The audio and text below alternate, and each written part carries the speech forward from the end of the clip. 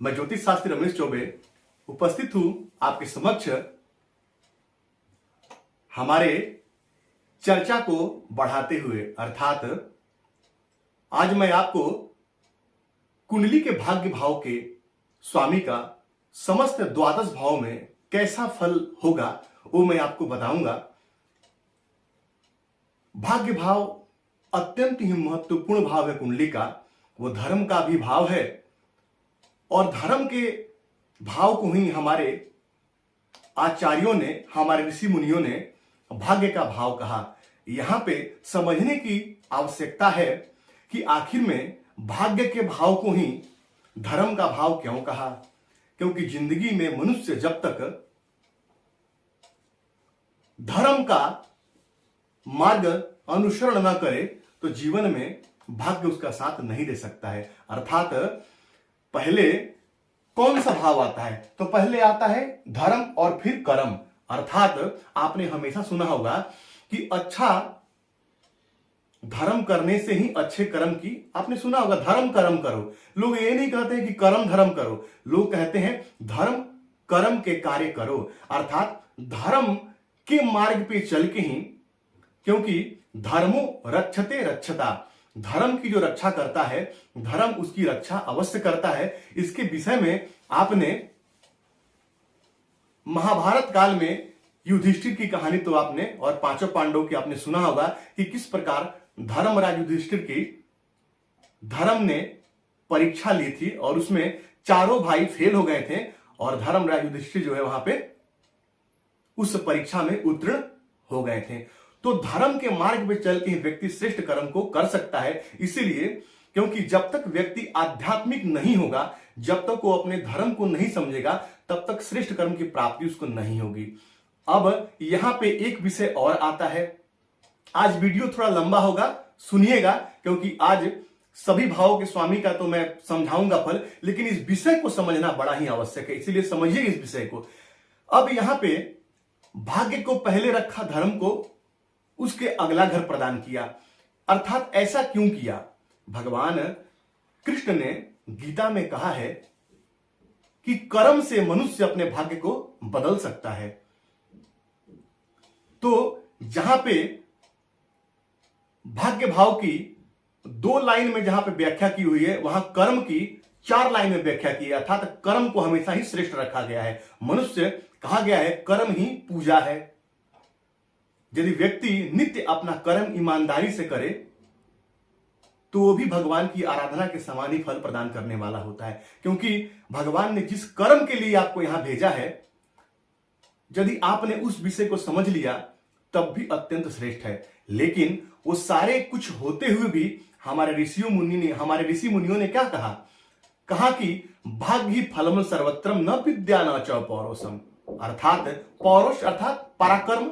अब यहां से देखिए तो भाग्य भाव से ये तीसरा भाव ये पराक्रम का होता है। और यहां कोई भी ग्रह बैठे तो यहां दृष्टि डालेगा और यहां कोई भी ग्रह बैठे तो यहां दृष्टि डालेगा। तो भाग्य का पराक्रम से और पराक्रम का भाग्य से बड़ा ही गहरा संबंध है। क्योंकि जब आप लगेंगे पराक्रम करने तो श्रेष्ठ आपका भाग्य आपका साथ देगा और उत्तम कर्म की आपको प्राप्ति यहां पे बड़े आसानी से हो जाएगी। तो भाग्य का पराक्रम से बड़ा गहरा संबंध है। अब कुंडली के 9वें भाव में जो है देवगुरु बृहस्पति को और ग्रहों के राजा सूर्य को कारक बताया गया।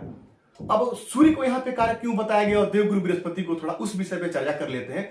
देवगुरु बृहस्पति जो है कौन है? धर्म के कारक है, ज्ञान के कारक है। और जब वो यहां बैठेंगे तो आप एक कुंडली के लग्न को देखेंगे, पंचम को देखेंगे, सप्तम को देखेंगे। और मैंने बताया है कि बृहस्पति की दृष्टि में अमृत होता है। तो बृहस्पति जब कुंडली के भाग्य भाव में बैठेंगे तो यहां पे धर्म की वृद्धि करेंगे और जातक धर्मांध होगा, उसके व्यक्तित्व पर दृष्टि डाल के उसके व्यक्तित्व को श्रेष्ठ करेंगे, उसके ज्ञान पर दृष्टि डाल के उसको श्रेष्ठ ज्ञान की प्राप्ति कराएंगे। और साथ ही उसका जो सप्तम भाव है वो कार्य, व्यवसाय और दाम्पत्य का है। तो जातक का दूसरा जो जीवन है, मैंने बताया था आपको कि ये पहला घर आपका, सप्तम आपके दाम्पत्य का, तो दूसरा जातक का जो जीवन है वो विवाह के बाद प्रारंभ होता है। इसीलिए ये सप्तम भाव बड़ा ही महत्वपूर्ण है। अब यहां पे सूर्य कारक क्यों हो जाते हैं? क्योंकि सूर्य जो है वो कौन है? ग्रहों के राजा है।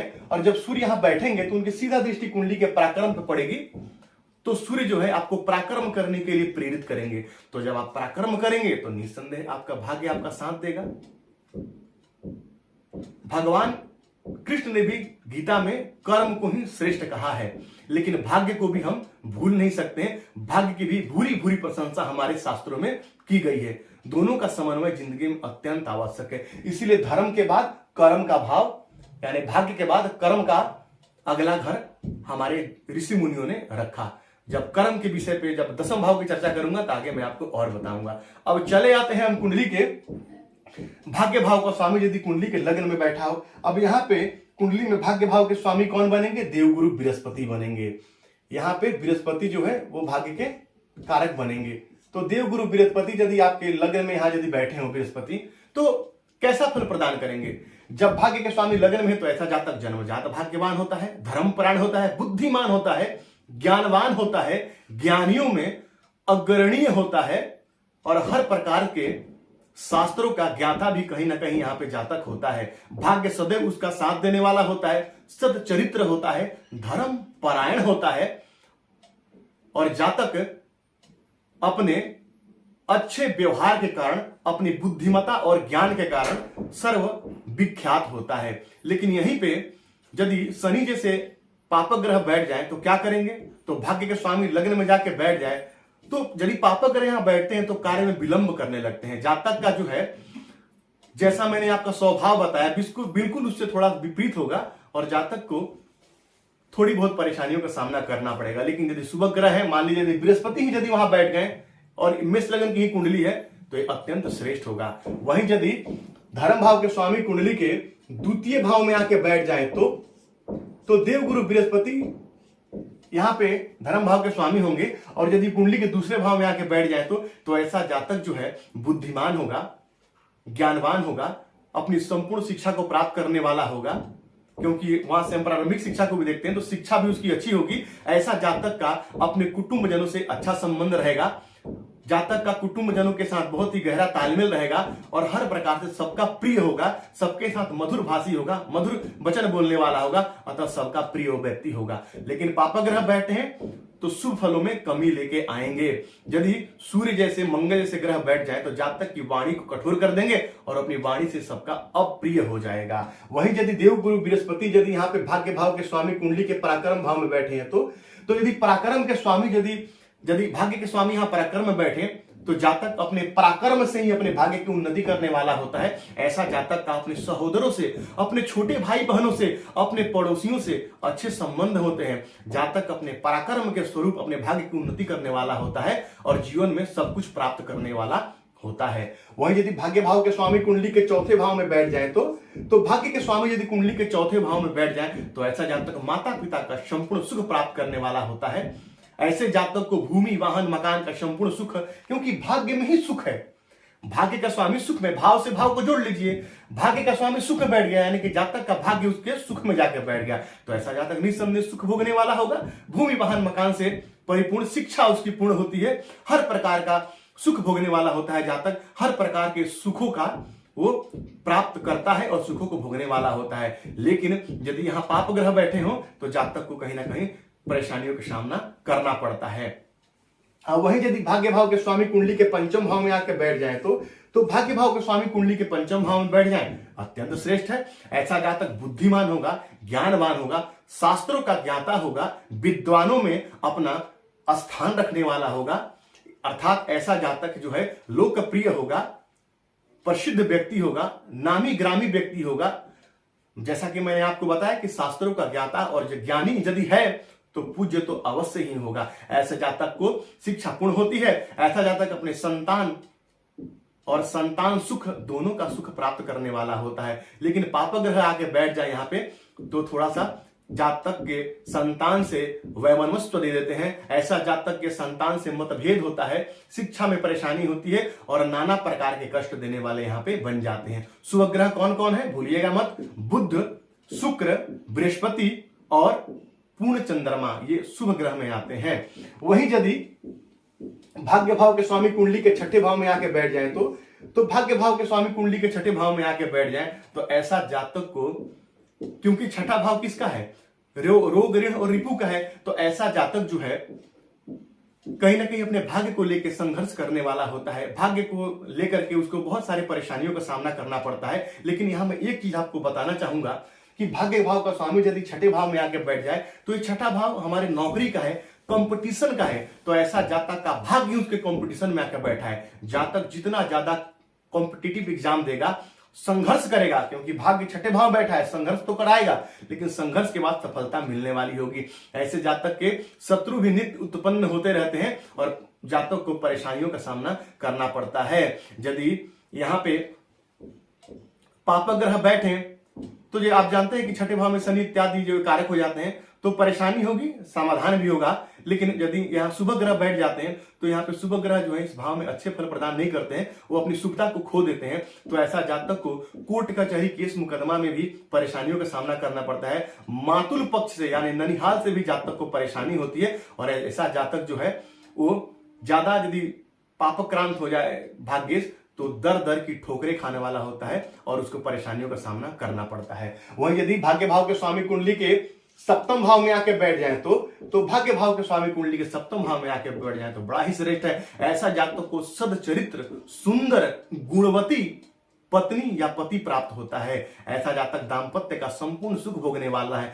पत्नी या पति सदचरित्र होते हैं, बुद्धिमान होते हैं, देखने में सुंदर होते हैं। जातक के कार्य व्यवसाय में निरंतर उन्नति होती है और ऐसा जातक का भाग्य उसके विवाह के बाद ही उन्नत होता है। ऐसा जातक रति पंडित होता है और ऐसा जातक जो है अपनी पत्नी के प्रति ही आसक्त होने वाला होता है और अपनी पत्नी के साथ सुखद जीवन व्यतीत करने वाला होता है। पाप ग्रह यदि बैठे, ध्यान रखना है फिर से आपको, पाप ग्रह बैठे तो फलों में न्यूनता लेके आएंगे और परेशानी आपको देंगे। लेकिन फिर भी जातक का भाग्य विवाह के बाद ही कहीं ना कहीं उसका साथ देने वाला होता है। वहीं यदि भाग्य भाव के स्वामी कुंडली के छठे भाव में अष्टम भाव में आके बैठ जाए तो भाग्य भाव के स्वामी कुंडली के अष्टम भाव में आके बैठ जाए तो अपने घर से 12वें हो जाते हैं, लगते हैं भाग्य का व्यय करने। ऐसा जातक को भाग्य को लेकर निरंतर संघर्ष करना पड़ता है। ऐसा जातक की जो बुद्धि है दुष्ट हो जाती है, धर्म कर्म से विमुख हो जाता है। ऐसा जातक धर्म कर्म में विश्वास नहीं रखता है और जातक का जो है वाणी भी यदि यहाँ पापग्रह बढ़ जाए, जातक अपनी वाणी से ही अपना सब काम बिगाड़ने वाला होता है, कुटुंब कलेश करने वाला होता है। जातक अनेक प्रकार के कष्टों को भोगता हुआ दर दर की ठोकरें खाने को ऐसा जातक मजबूर हो जाता है।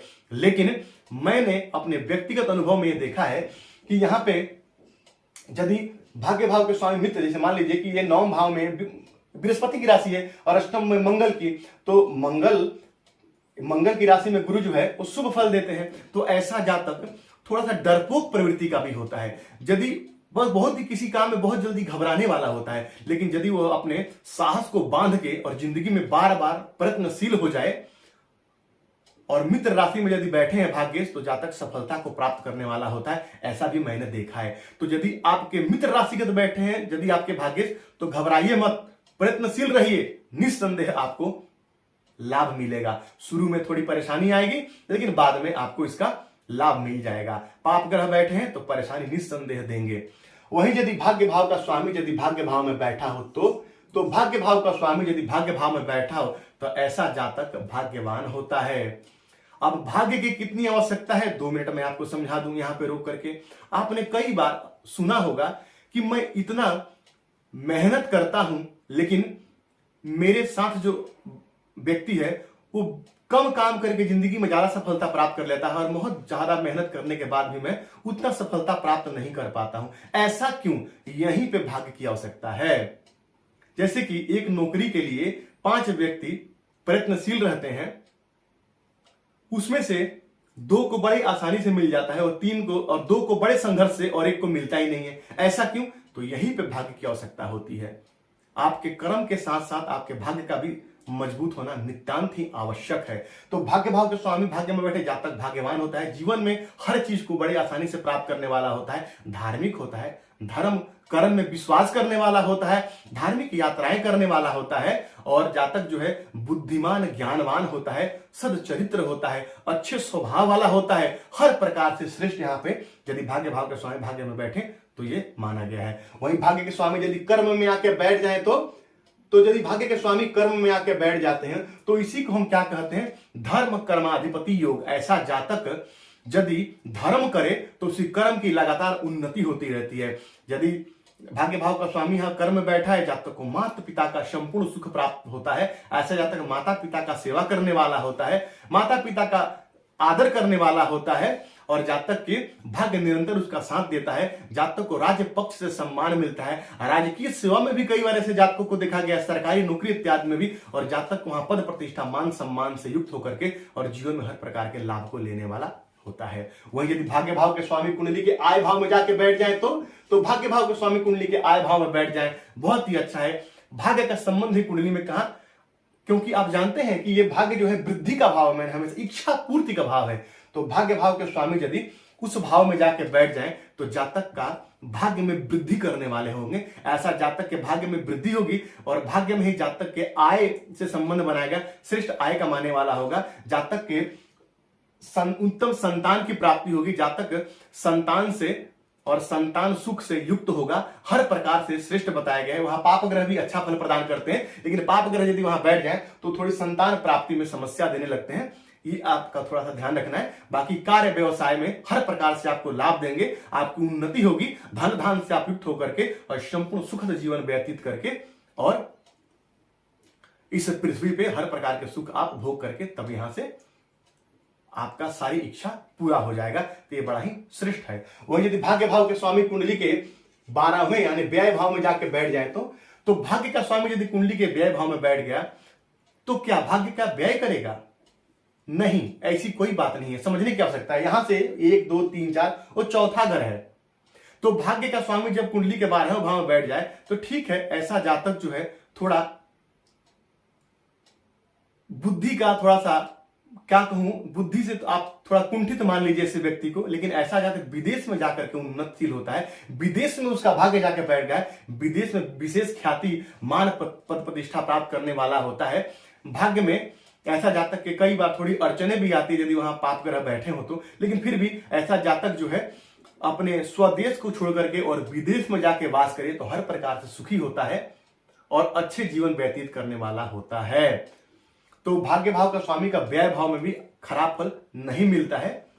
वहां भी यदि भाग्य से आपके बैठे तो आप कोशिश कीजिए कि घर से दूर जा करके और अपना भाग्य खोजिए, विदेश में भाग्य खोजिए, निस्संदेह आप हर प्रकार से संपन्न और समृद्ध होकर के और अपना अच्छा जीवन व्यतीत करेंगे। तो भाग्य के स्वामी का मजबूत होना अत्यंत आवश्यक है, ये आपको मैंने कई प्रकार से समझाया। भाग्य भाव में पाप ग्रह बैठे हों, भाग्य भाव में पाप ग्रह बैठे हों, तब भी राहु केतु जैसे ग्रह भी अच्छा फल प्रदान करते हैं। मैं आगे आपको जब भावों के विषय में ग्रहों की चर्चा करूंगा तो मैं आपको बताऊंगा, लेकिन आज भाग्य भाव को समझना बहुत ही आवश्यक है, क्योंकि बिना भाग्य के जीवन में कोई भी चीज प्राप्त करना बड़ा ही मुश्किल है। तो यकीन है कि भाग्य भाव के विषय में आप समझ गए होंगे। तो आपको यदि मेरी बातें अच्छी लगती हो तो मेरे चैनल को लाइक कीजिए, सब्सक्राइब कीजिए, बेल आइकन को ऑन कर दीजिए ताकि जब भी नया वीडियो डालूं नोटिफिकेशन आपको तुरंत मिले। तो आपका दिन मंगलमय, मंगल कामना के साथ आज के लिए इतना ही। नमस्कार।